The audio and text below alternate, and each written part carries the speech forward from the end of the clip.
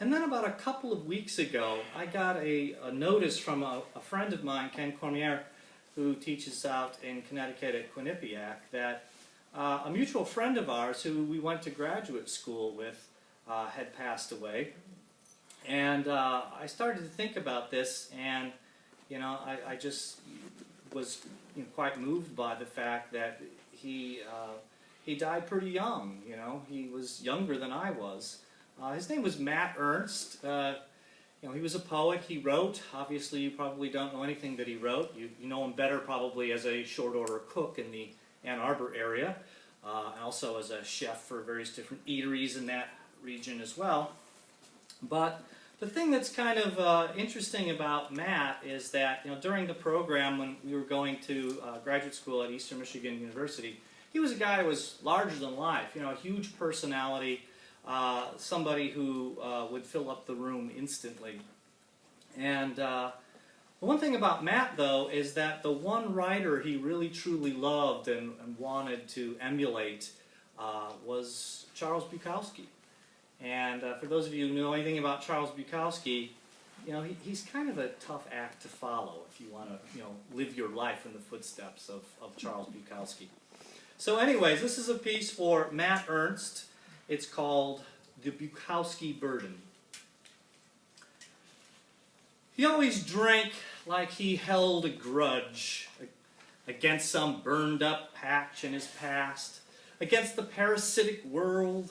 Didn't matter. He had some ideas how the score should be settled, and he needed very little provocation to offer his view of things.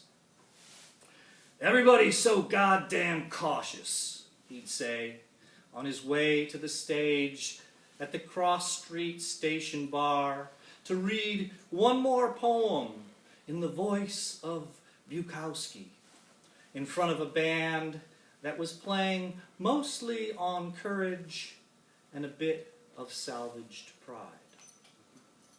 So we all started doing it, reading in that ravaged voice, which we would practice in the daylight, even though it carried differently. It sounded like a male call for bonding. We used it as a handshake. We used it as a crude but beautiful declaration that was seemingly going nowhere, maybe not even outside the Ypsilanti city limits, or Grand Rapids, or Lansing, or Midland.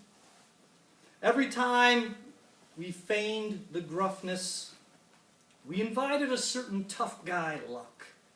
It was an escape hatch. It was a baptism.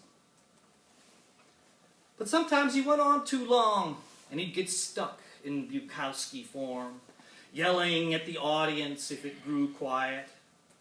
He had too high expectations for us, for everyone.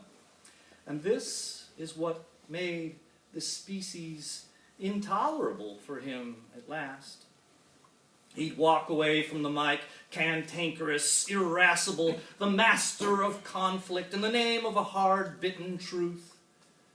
But before he went, he'd try to rile us with non sequitur, to goad us into shedding our sensible skin in that voice he'd taken over. Or maybe it had taken over him. Old man Bukowski was shooting us through with purpose. "You know why the president's number is unlisted? You know why a hopeless man can't quit his woman? You know why that horse I bet on didn't finish? Because all of this uselessness needs some gamble." And it's been more than 20 years since I talked to him. And today I heard he died a few days before Christmas. Died in his sleep just short of 50. And that's not easy to do, but he did it. And tomorrow I know there will still be little boys who walk to school with neat side parts.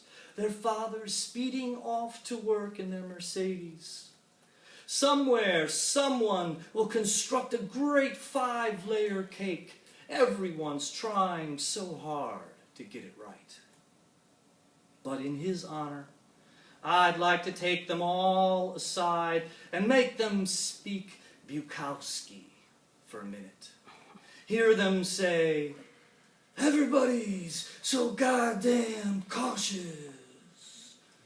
Oh, sure, some of them would say there'd have been a better outcome if instead of his Bukowski burden, he'd taken on more Christian programming.